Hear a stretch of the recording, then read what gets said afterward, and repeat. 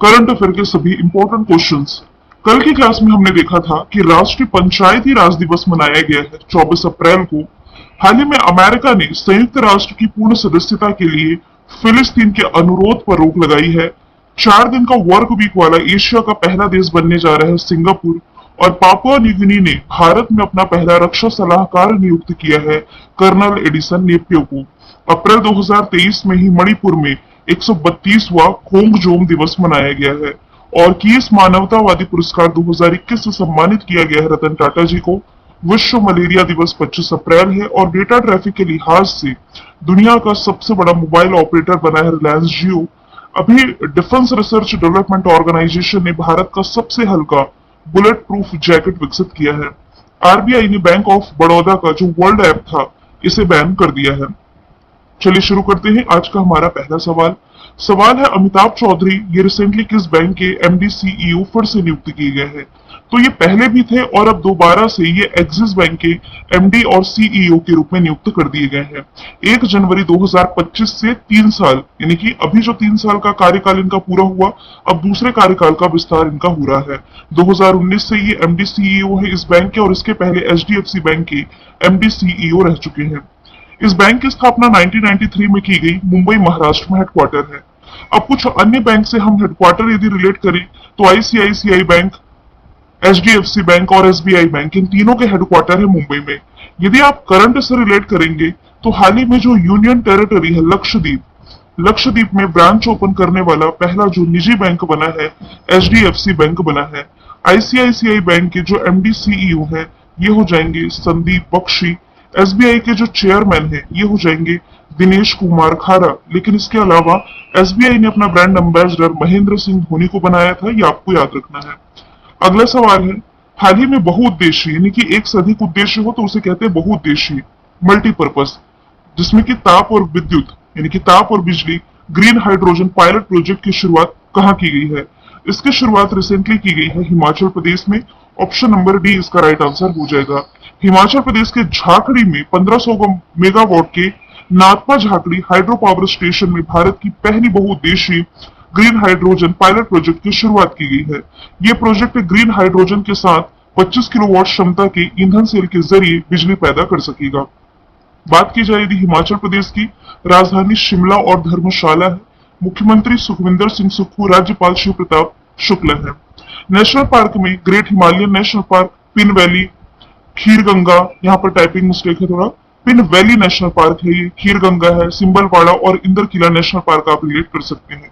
यदि आप करंट से रिलेट करेंगे ना तो ये यही हिमाचल प्रदेश है जिसने कि हाटी समुदाय को एसटी का दर्जा दिया है।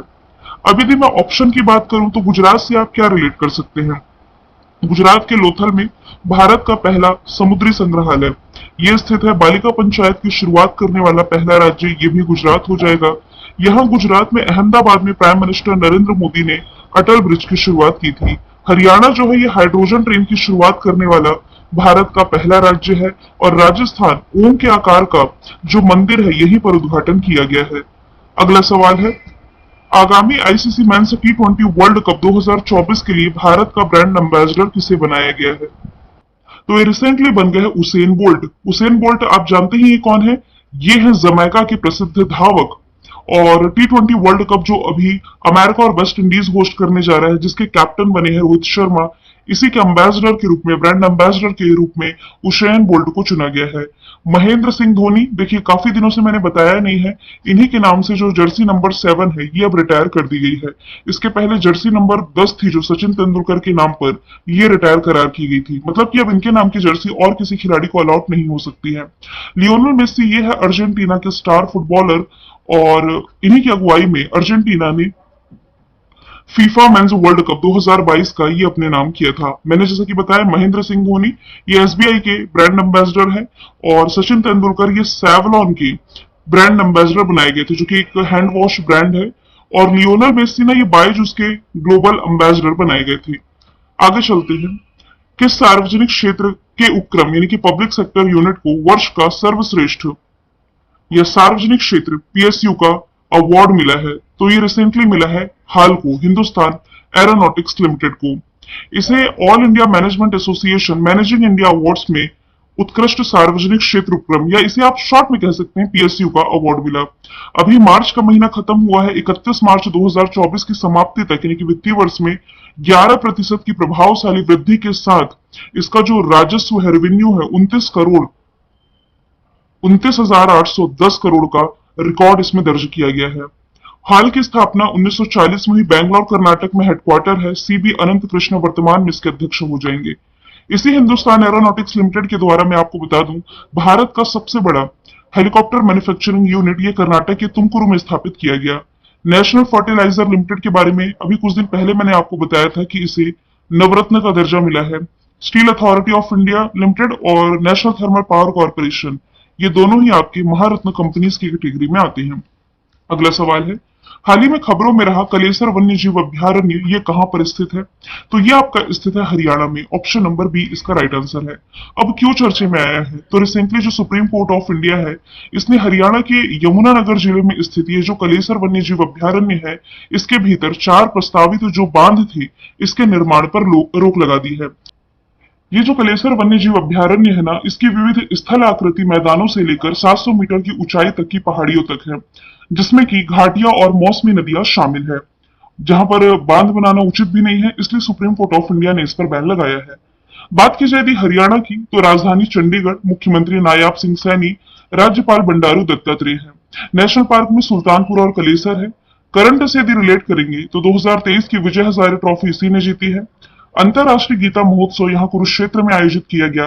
भारत की पहली हाइड्रोजन ट्रेन यहीं चलाई जाएगी। उत्तर भारत का पहला परमाणु संयंत्र गुरुग्राम हरियाणा में। 37वां सूरज कुंड मेला फरीदाबाद हरियाणा में। प्रारंभिक स्तर कैंसर का पता लगाने के लिए सवेरा कार्यक्रम भी हरियाणा ने शुरू किया था। अब बात की जाए कुछ अन्य नेशनल पार्क की, तो उत्तर प्रदेश से आप रिलेट कर सकते हैं पीलीभीत, अमनगढ़,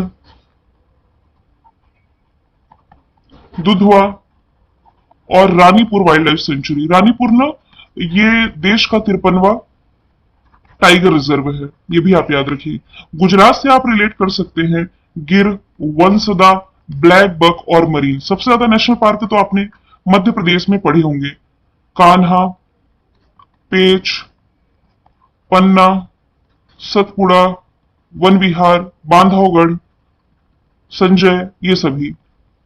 आगे चले, खाद्य संकट पर एक वैश्विक रिपोर्ट जारी की गई है 2024 की। पूछा जा रहा है किसने जारी की है? तो ये रिपोर्ट प्रकाशित की गई है खाद्य सुरक्षा सूचना नेटवर्क के द्वारा, जिसमें बताया गया है कि फूड एंड एग्रीकल्चर ऑर्गेनाइजेशन की इस रिपोर्ट के अनुसार 2023 यानी कि बीता जो साल था इसमें 59 कंट्रीज और क्षेत्रों में लगभग 282 यानी कि 282 मिलियन लोग गंभीर भूख से पीड़ित थे, जो 2022 की तुलना में 24 मिलियन अधिक लोगों की वृद्धि को दर्शाता है। भारत के 3 पड़ोसी देश अफगानिस्तान हो गया, बांग्लादेश हो गया, पाकिस्तान, इसे गंभीर भूखों वाले देशों की कैटेगरी में मतलब टॉप 10 में स्थान मिला है। एक सवाल मैं आपसे पूछती हूँ, अभी हाल ही में ग्लोबल हंगर इंडेक्स रिलीज किया गया था, इसमें आपको यह बताना है कि भारत की रैंकिंग क्या रही है। अब आईएमएफ कौन सी रिपोर्ट रिलीज करता है? तो इसके द्वारा world economic outlook report release की जाती है। वर्ल्ड हेल्थ ऑर्गेनाइजेशन ये मलेरिया और टीबी को लेकर के रिपोर्ट जारी कर चुका है। बिजनेस रेडीनेस परियोजना ये भी हाल ही में वर्ल्ड बैंक के द्वारा शुरू की गई है। वही वर्ल्ड बैंक है जिसके अध्यक्ष भारतीय मूल के हो जाएंगे अजय बंगा। अगला सवाल है, प्रबोतो सुबियांतो किस देश के राष्ट्रपति चुने गए हैं? तो ये रिसेंटली इंडोनेशिया के राष्ट्रपति बन गए हैं। इंडोनेशिया जिसकी कैपिटल जकार्ता, करेंसी इंडोनेशियाई रुपी, प्रेसिडेंट बने हैं प्रबोवो सुबियांतो और ये स्थान ले रहे हैं किसका? जोको विडोडो का। बात की जाए यदि भारत और इंडोनेशिया के बीच में कौन कौन सी एक्सरसाइज होती है, तो इसमें गरुण शक्ति और समुद्र शक्ति ये दोनों एक्सरसाइज आप रिलेट कर सकते हैं। अब यदि मैं अदर ऑप्शन की बात करूं ना, तो भारतीय मूल के जो थर्मन सगुनरत्नम है ये बनाए गए हैं सिंगापुर के राष्ट्रपति। फ्रांस के राष्ट्रपति इमैनुअल मैक्रोन है जो कि इस समय भारत के दौरे पर थे। इस समय यानी कि जनवरी के महीने में इसी साल रिपब्लिक डे में मुख्य अतिथि के रूप में शामिल हुए थे। पाकिस्तान के जो नए राष्ट्रपति बनाए गए हैं ये बन गए हैं आसिफ अली जरदारी। आगे चलते हैं, अगला सवाल है, पहला अंतरराष्ट्रीय इंद्रधनुष पर्यटन सम्मेलन कहाँ आयोजित किया गया? ये रिसेंटली आयोजित किया गया है भारत का जो पड़ोसी है ना नेपाल, इसकी राजधानी काठमांडू में। नेपाल ने अंतर्राष्ट्रीय इंद्रधनुष पर्यटन सम्मेलन का आयोजन किया, जिसका पर्पस, यहाँ आयोजक तो ठीक है नेपाल टूरिज्म के द्वारा आयोजित किया गया, लेकिन इसका पर्पस था नेपाल को दक्षिण एशिया में यौन अल्पसंख्यक समुदाय के लिए एक सुरक्षित और सम्मानजनक गंतव्य के रूप में बढ़ावा देना। नेपाल की राजधानी काठमांडू, जहां South Asian Association for Regional Corporation SAARC का मुख्यालय है। करेंसी नेपाली रुपया। प्रेसिडेंट रामचंद्र पौडेल प्रधानमंत्री हो जाएंगे। पुष्प कमल दहल प्रचंड। यहाँ स्थित है माउंट एवरेस्ट, दुनिया की सबसे ऊंची चोटी, जिसे नेपाल में सागर माथा के नाम से जाना जाता है। दिल्ली की यदि बात की जाए तो रायसीना डायलॉग दिल्ली में ही आयोजित किया जाना है, जिसके मुख्य अतिथि के रूप में शामिल हो रहे हैं ग्रीस के प्रधानमंत्री किरियाकोस मित्सोटाकिस। अभी एयर टैक्सी सर्विस की शुरुआत दुबई में की गई है और पेरिस में अभी समर ओलंपिक शुरू होने जा रहे हैं, जिसमें कि ध्वजवाहक के रूप में, भारत के ध्वजवाहक के रूप में चुना गया है शरद कमल को।